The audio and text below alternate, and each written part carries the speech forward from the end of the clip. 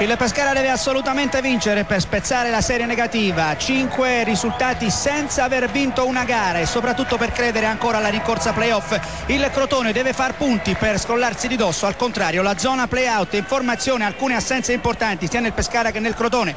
Non ci saranno tra gli abruzzesi Cascione, Nicco e Tognozzi, mentre per quanto riguarda il Crotone fuori Parfè, Loviso e Migliore, oltre allo squalificato Juric, il bomber della formazione di Menichini. In campo dunque il Pescara con il 4-4-1-1 di Di Francesco, con Pinna tra i pali, Del Prete, Diamutene, Mengoni e Petterini che vanno a completare la difesa, Gessa e Bonanni esterni di centrocampo, Ariati e Verratti al centro, Soddimo a suggerire per Bucchi che sarà la punta centrale il Crotone, previsto da Menichini con il 3-4-3, Belec a difesa della porta, Viviani, Vinetò, Abruzzese vanno a completare la difesa, poi Correia, Eramor, Galardo e Mazzotta a centrocampo, De Giorgio, Cutolo e Curiale davanti, dirige Ruini di Reggio Emilia. A Pescara giornata splendida, 25 gradi, il terreno dello stadio Adriatico è in perfette condizioni, lì nello studio. A Pescara è esattamente l'ottavo di gioco nel corso del primo tempo ed è sempre 0-0 il punteggio tra il Pescara e il Crotone che ha usufruito qualche istante fa di un calcio di punizione dal limite, il fallo commesso da Verratti su Cutolo, si è incaricato della battuta, Galardo ha messo il pallone al centro sul secondo palo, un difensore del Pescara ha mandato il pallone in angolo.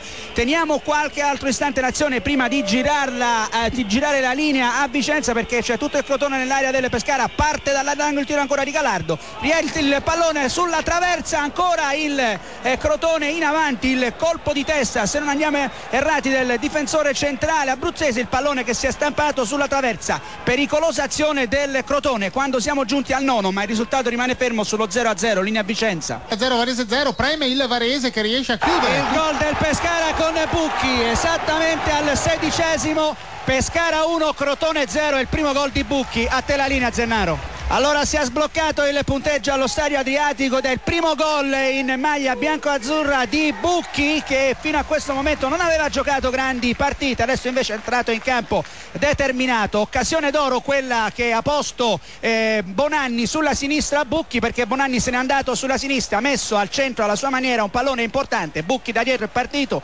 e di fatto è saltato più in alto di tutti, ha messo il pallone con il portiere Belec praticamente fermo, quindi Pescara in vantaggio allo stadio Adriatico, 1-0 sul Crotone, tutto questo al 17° e la linea va a Vicenza. Miracolo da parte di Belec qualche istante fa su Bonanni, che si è presentato tutto solo proprio all'altezza del dischetto del rigore. Belec, miracolo, tiene in piedi il Crotone e in questo momento Ruini di Reggio Emilia dichiara la fine del primo tempo con il Pescara che ha gettato al vento il raddoppio. Il finale dunque della prima frazione di gioco, Pescara 1, Crotone 0. Vi ricordo l'autore del gol al 16° Bucchi, linea Vicenza. E allora andiamo a Pescara, sì. Corsini, mancano esattamente 30 secondi al termine della gara, che in queste fasi finali naturalmente è salita di tono agonisticamente. Abruzzese commette un brutto fallo sul giocatore della formazione di Eusebio Di Francesco e c'è, se non andiamo errati, l'espulsione, perché il fallo effettivamente era brutto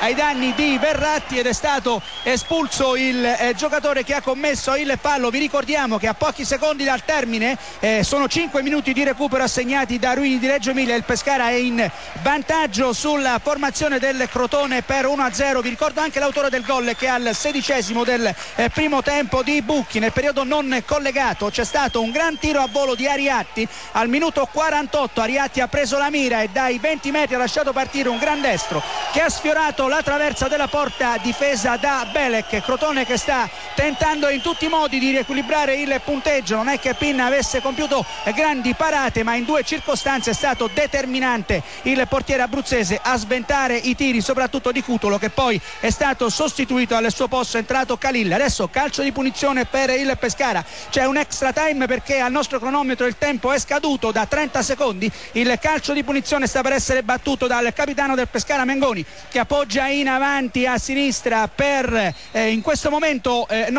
per Berardocco, che è entrato in campo al posto di Gessa. Pensavamo che l'arbitro avesse fischiato la fine della partita e lo fa in questo momento, proprio in questo momento, dopo 6 minuti di recupero. Il Pescara, dopo 5 risultati negativi, torna alla vittoria allo stadio Adriatico. Adriatico ha battuto il Crotone per 1-0. Ricordo ancora il gol al 16° del primo tempo, Bucchi alla sua prima realizzazione con la formazione abruzzese. Ed è tutto, allora linea allo studio.